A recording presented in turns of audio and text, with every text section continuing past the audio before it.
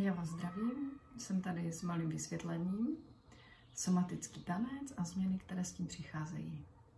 Ty změny přicházejí zevnitř. Somatický tanec vás uvolňuje a pomáhá vám soustředit se na bloky, které máte uvnitř sami sebe a propustit je ven.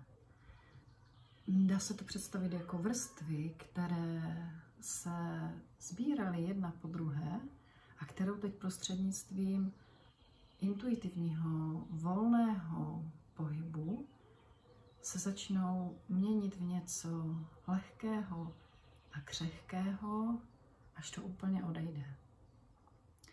Je to velmi specifická metoda, jak pracovat se svým vnitřním nastavením. Můžete tím změnit velmi mnoho. Stačí se do toho pustit. Důvěřovat tomu procesu a být nastavený, nastavená na změnu. Protože ty změny přijdou a budou krásné, budou úžasné. Budete se cítit mnohem lépe.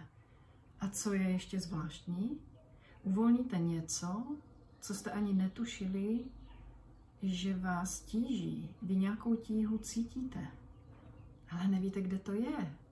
A nevíte, proč se to děje. A na to je intuitivní tanec to nejlepší, co může být.